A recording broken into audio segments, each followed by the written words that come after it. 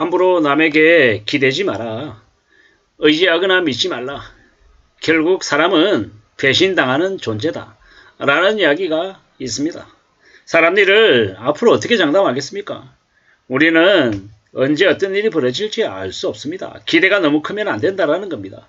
우리가 생각하는 바가 언제든지 뒤집어질 수 있는 게 지금의 현실입니다. 그러므로 우리는 항상 지켜보며 항상 좀 두고 봐야 될 것 같습니다. 금세 사라질 수도 있다라는 겁니다. 소리 소문 없이 사라질 수 있는 게 사람들이다. 어느 정도 나이가 들면 능력 여부하고 상관없이 인맥하고 운하고 이런 게 더 크게 작용하는 것 같습니다. 그러므로 좀 일이 잘 안 풀린다고 해서 개의심하라. 스스로 살 길을 찾으면 되는 거다. 힘들고 어려운 일이 언제든지 닥칠 수 있기 때문에 또 조심조심하고 사력 있게 행동하는 겁니다. 그리고요, 지금의 내가 뭔가 좀 잘 안 되는 것 같다라고 생각하면 어떻게 하겠습니까?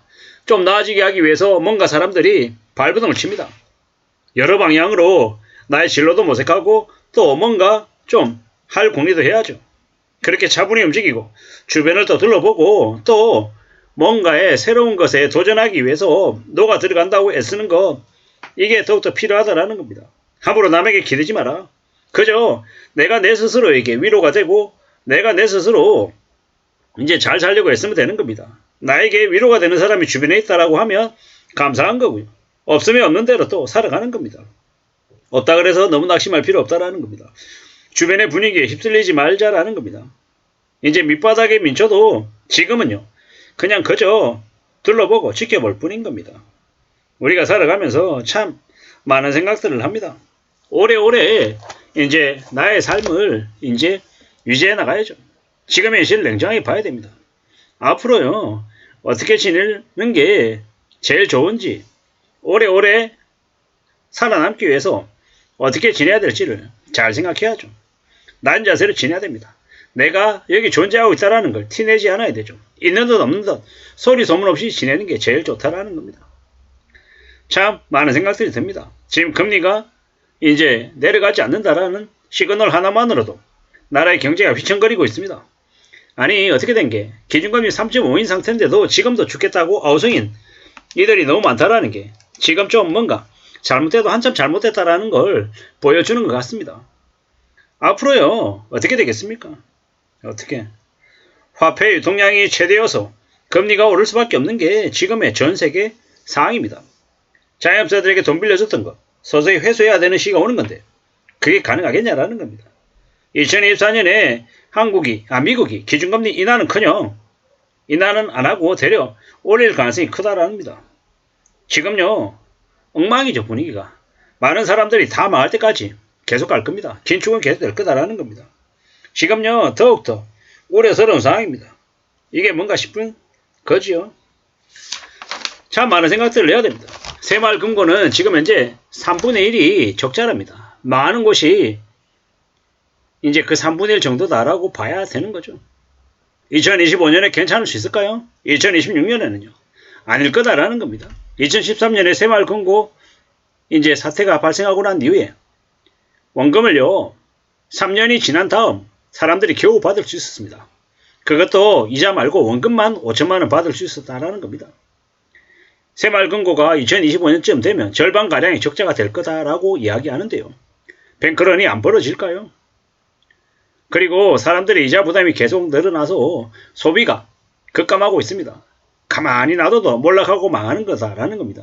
오죽하면 그저 버티고 살아남는 게 최우선의 화두가 됐다라고 얘기하죠. 새마을금고 뱅크런 얘기만 안 나와도 다행이다. 이렇게 얘기할 정도니까 정말 충격적인 거죠. 지금요.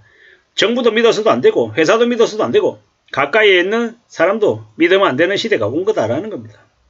이 얼마나 무서운 얘기냐라는 겁니다. 참 무서운 생각이 듭니다. 우리가 살면서 직장인으로 살고 있는 저 같은 경우에는 그만두면 뭐라고 사나라는 생각을 하죠. 그런 고민들이 계속 있습니다. 하지만 그런 고민들을 어떻게 현실화시켜야 되겠습니까? 좀 구체적으로 나의 나중을 위한 준비, 대비, 대응을 해야죠. 차근차근 만들어 가야 된다는 겁니다. 그냥 되는 게 어디 있겠습니까?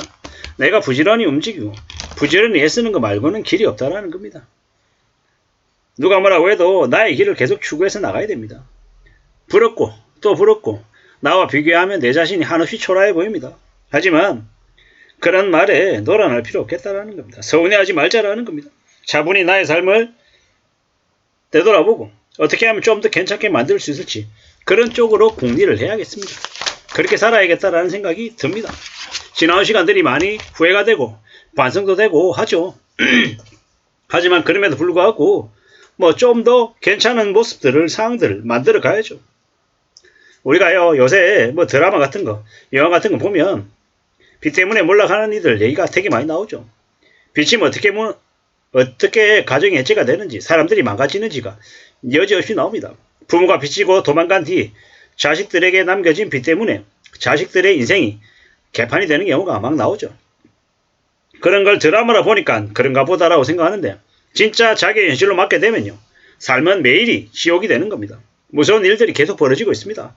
빚져서 망가진 이들이 궁지에 몰려서 무슨 일을 하는지 무슨 일에 내몰리는지 알 수 없다라는 겁니다.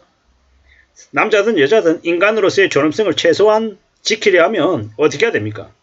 정신 바짝 차리고 빚지지 않아야 된다는 겁니다. 빚만 지지 않으면 그래도 좀 서글퍼도 힘들어도 값싼 음식들을 먹으면서 버티고 견디고 하며 살 수 있다는 겁니다. 근데 빚지면요. 피도 눈물도 없는 냉혈한인 금융권들에게 이제 착취당하며 사는 거죠. 돈이 이 세상에서 얼마나 중요한지 우리는 잘 생각하며 살아야 됩니다. 정신 바짝 차리고 지내야죠. 돈이 목숨줄입니다. 보통 사람들에게. 부자들에게 돈은 좀 편리함을 가져다 주는 하나의 수단일 뿐이지만 보통의 사람들에게 돈은 목숨줄이고 정말로 아주 큰 거다라는 겁니다. 돈이 없으면 갈 곳도 없어지고 먹을 것도 없어지고 그냥 인생이 아래로 추락하는 짐승이 되는 거다라는 겁니다. 세상에 제일 무섭고 나쁜 놈은요.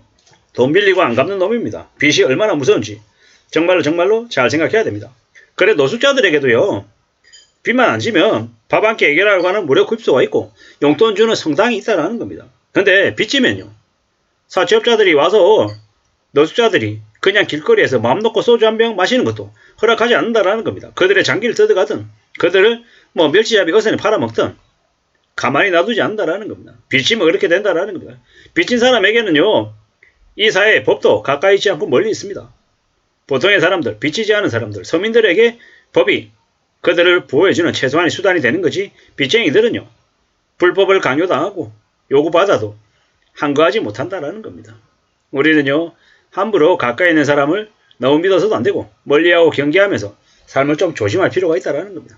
그렇게 살아야 삶이 안전해진다라는 말씀을 좀 드리고 싶었습니다. 이래저래 살아가면서 우리는 언제든지 배신당하고 뒤통수 맞고 서러워하고 후회하고 억울해하며 살 수 있다는 것. 그렇기 때문에 너무 믿거나 너무 의지하지 말고 항상 거리를 두고 지내는 게 필요하다는 말씀을 좀 드리고 싶었습니다.